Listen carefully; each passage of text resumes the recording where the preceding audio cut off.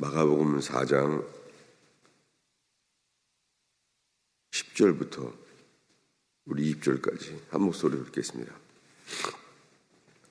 예수께서 홀로 계실 때에 함께한 사람들이 제자와 더불어 그 비유에 대하여 물으니 이르시되 하나님 나라의 비밀을 너희에게는 주었으나 외인에게는 모든 것을 비유로 하나니 이는 그들로 보기는 보아도 알지 못하며 듣기는 들어도 깨닫지 못하게 하여 돌이켜 죄사함을 얻지 못하게 하려 함이라 하시고 또 이르시되 너희가 이 비유를 알지 못할진대 어떻게 모든 비유를 알겠느냐.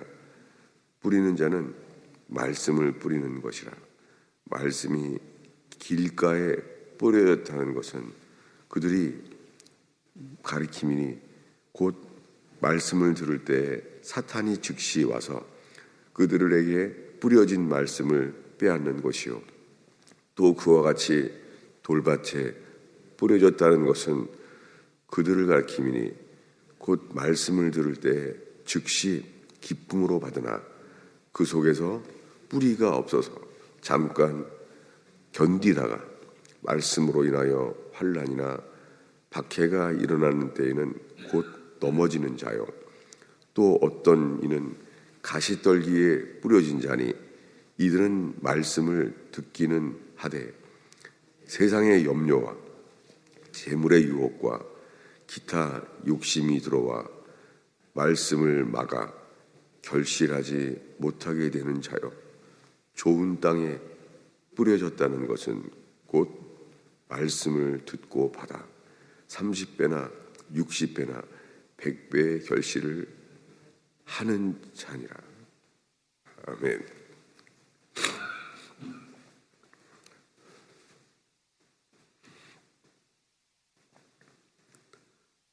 예수님이 네 가지 밭의 비유를 하셨습니다.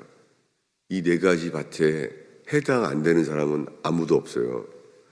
다섯 번째의 경우는 있을 수 없어요. 이것이 하나님 말씀의 놀라운 점이죠. 예수님은 모든 사람들이 이 네 가지 중에 한 밭이 구원받게 됨을 말하고 있어요. 그 밭은 좋은 밭이죠. 이것만 구원받는다는 거예요. 그런데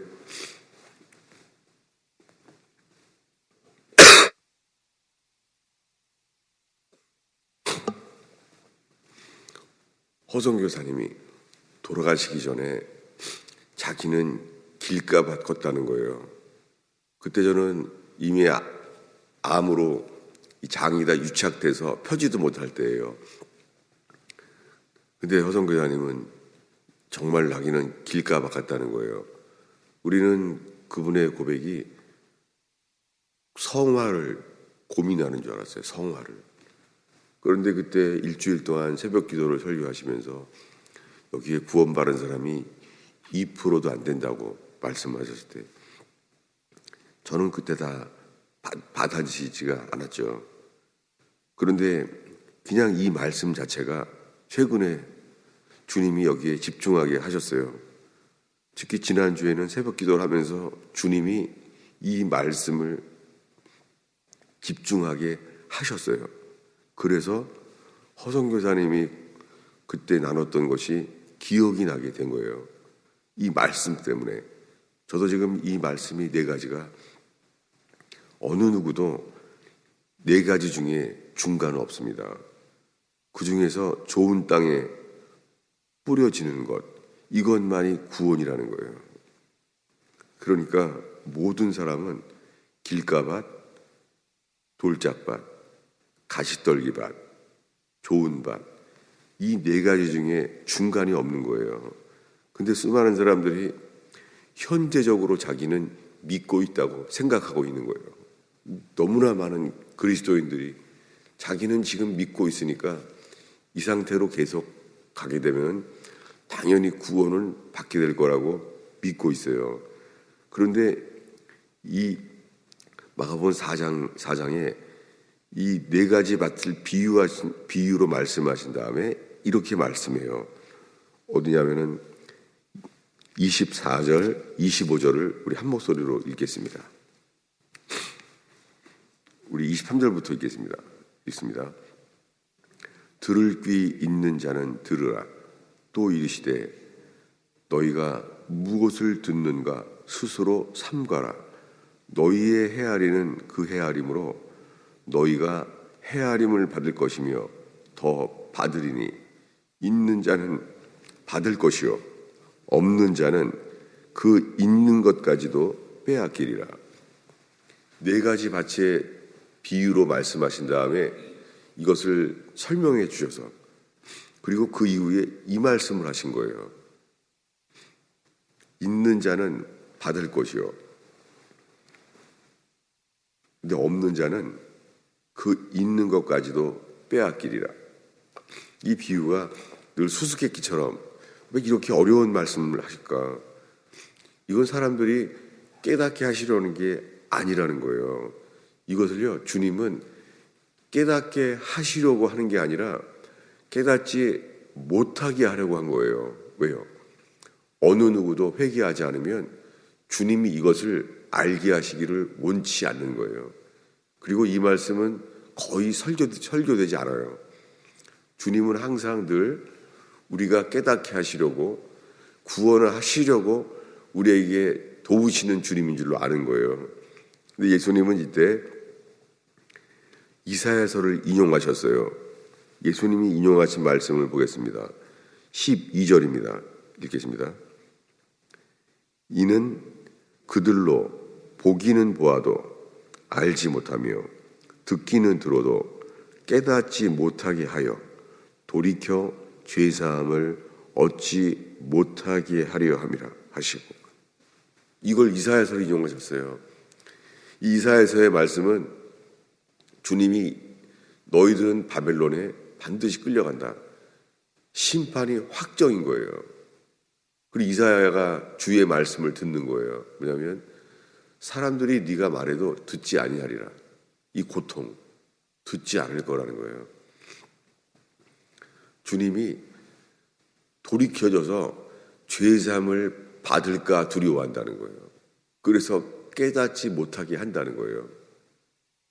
이 이사야서의 말씀을 지금 예수님이 인용하고 있는 거예요.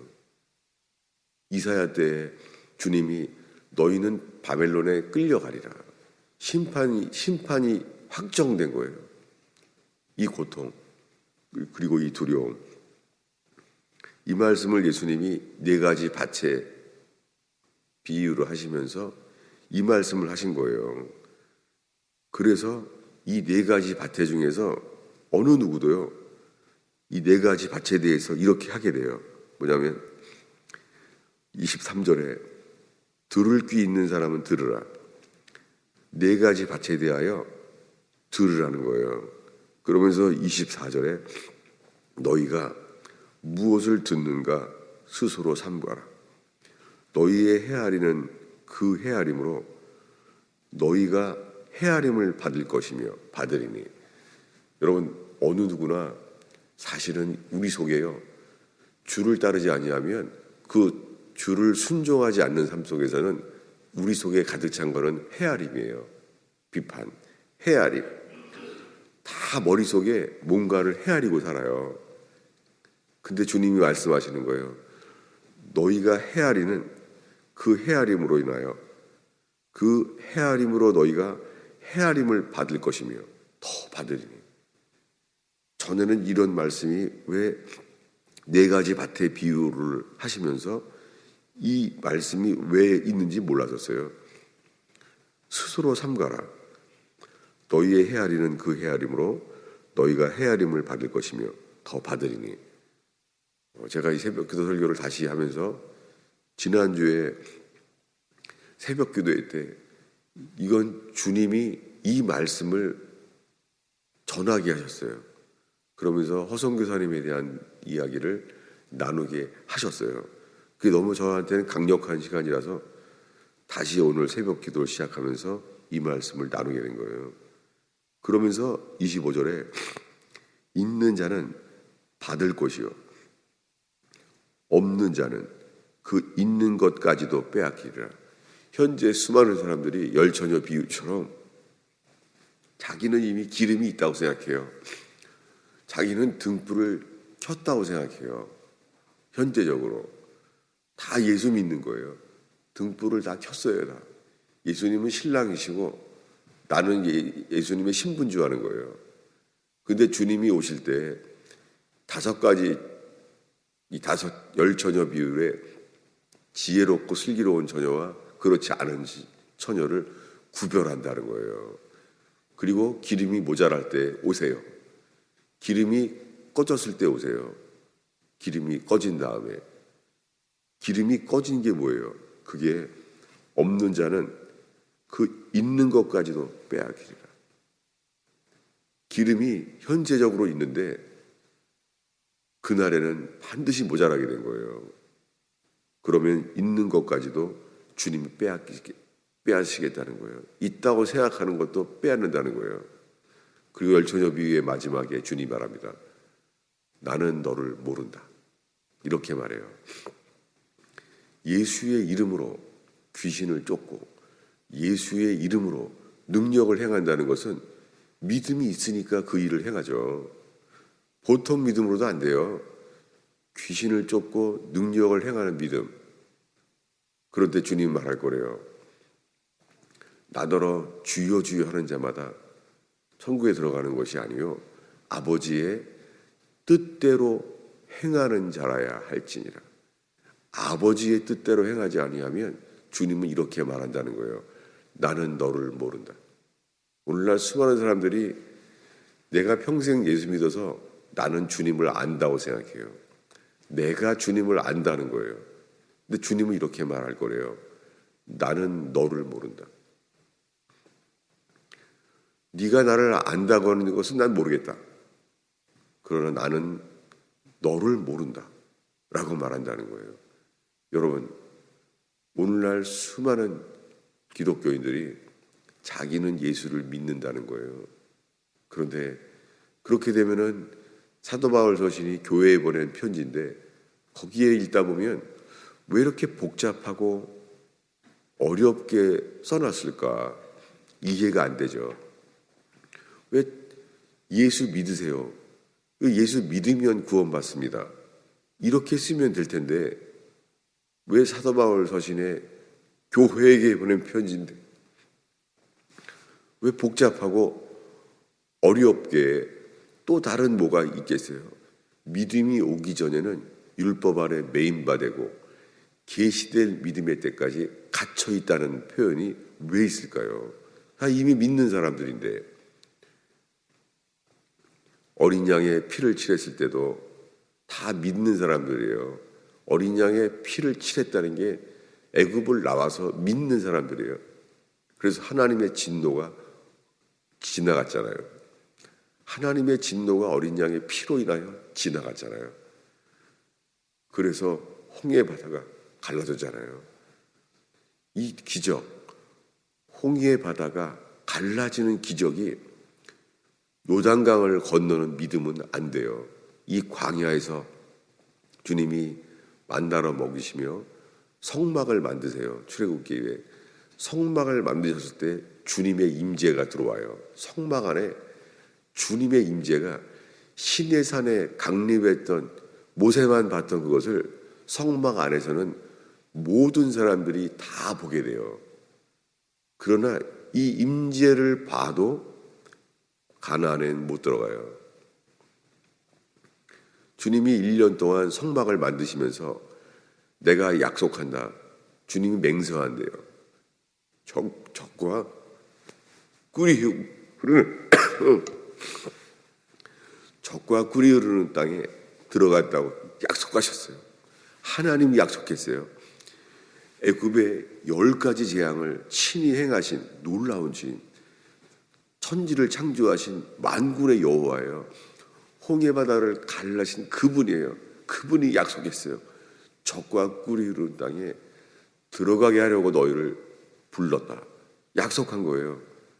그런데 정탐꾼들이 12 정탐꾼이 정탐을 하고 돌아왔더니 주님은 그때까지 가나안 땅에 들어가면 산다, 이걸 약속하셨는데 네피림, 아낙 자손이 있다는 말을 듣자마자 바뀌었어요. 들어가면 죽는구나. 모세와 아론을 돌로 치려고 해요. 여러분, 이게 인간의 믿음이에요. 성경이 말해주는 것이 어떠한 주님의 임재를 경험할지라도, 홍해바다가 갈라지는 걸 경험할지라도, 성막에 주님의 임재가 임할지라도 인간의 죄성은 변하지 않아요. 그래서 광야에서 주님이 죽어야 한다는 거예요. 너희는 광야에서 죽어야 한다. 그래서 신명기에 가서야, 신명기에서 나오는 사람들은 광야에서 다시 태어난 사람들이에요. 여호수아 갈렙 외에는 다 광야에서 다 죽은 거예요. 그래서 애굽의 음식을 먹지 못한 사람, 이들은 태어나서부터 만나만 먹었어요. 모르는 거예요. 애굽에 대한 걸 전혀 모르는 거예요. 애굽을 나온 다음에 태어난 사람들이에요. 그들에게 신명기의 말씀이 말해요. 사람이 떡으로만 사는 것이 아니요 여호와의 입에서 나오는 말씀으로 사느니라. 이게 신명기에 나오는 거예요. 여러분, 애굽을 나와서 가나안에 들어가야지만 주님이 약속하신 구원이 이거예요. 근데 이 믿음이 안 된다고요. 왜냐하면 우리가 필요한 것은 하나예요. 주님께 돌이켜야 돼요. 주님보다 높아진, 그리고 주님보다 더 믿는 우리. 수많은 사람들이 예수를 믿는다고 하지만 사실은 자기 자신을 믿고 사는 거예요. 그래서 거듭남이라는 것은 이제 사라져버렸어요. 사람이 옛 본성이 벗어지고 새 본성을 입은 일은 존재하지 않아요. 찬송가는 이제 그림의 떡이에요. 왜 이런 찬송들을 옛날 사람들은 불렀을까? 이해가 안 되는 거예요. 우리가 부르는 이 100년 전, 200년 전에 수많은 찬송가는요, 죄를 회개하고 거듭나게 된 자들이 부른 찬송이에요. 찬송하지 않고는 견딜 수가 없는 거예요. 그의 영광이, 골고다 언덕의 그 영광이 그들 속에 비춰지는 거예요. 근데 오늘날에는 예수 믿습니다. 예수를 내가 믿기로 하면 구원받은 걸 믿는 줄로 아는 거예요. 그리고 예수님의 공로를 믿는다는 거예요. 나는 아무 공로가 없고 예수님의 공로를 믿음으로 다 구원받았다는 거예요. 근데 여러분, 이것이 머릿속에 지식뿐일 수가 있어요. 저도 구원신앙이라는 책을 가지고 아더 핑크의 구원신앙의 책을 가르쳐 봤잖아요. 이 책이 정말 구원이다. 허성교 사람이 죽기 전에 소개해 주신 그 책, 아더 핑크의 구원신앙. 아무리 얘기를 해도 머릿속에 지식일 뿐이에요. 그리고 그것을 이 책에서 지식으로 이해하고 있다고 자기는 구원을 받은 줄로 아는 거예요. 드러나는 것이 용서를 못하고 용서를 하지 못해요. 회개하지 않은 것이 드러나는 거죠. 그리고는 자기를 믿고 사랑하는 거예요. 너무나 많은 사람들이 주님을 믿는 게 아니라 자기를 믿고 사는 거예요. 그런데 12제자도 마찬가지였어요. 주님이 그날 밤에 오늘 밤 너희들은 다 나를 버리리라. 그분의 선언이에요. 너희들은 지금까지 3년 동안 기적을 경험하고 나에게 말씀을 배웠지만 너희는 오늘 밤에 나를 버린다. 믿음의 대상인 내가 죽었을 때 너희들은 나를 버린다. 주님이 선언했잖아요. 그런데 다들 아니라는 거예요. 베드로로부터 나는 주와 함께 죽을지언정 결코 주를 부인하지 않습니다. 그러니까 주님은 너는 새벽닭이 울 때까지 3번 나를 부인하리라. 주님이 말씀하신 그대로 되시는 그분이 이렇게 말하는 거예요. 못 믿죠. 베드로는 끝까지 못 믿었죠. 여러분, 이 믿음이 자기 믿음이에요. 자기가 믿는 거예요. 여러분, 이 새벽 제단에서 내가 주인임을 깨닫고 회개의 기회가 되는 제단 되기를 축원합니다. 기도하겠습니다.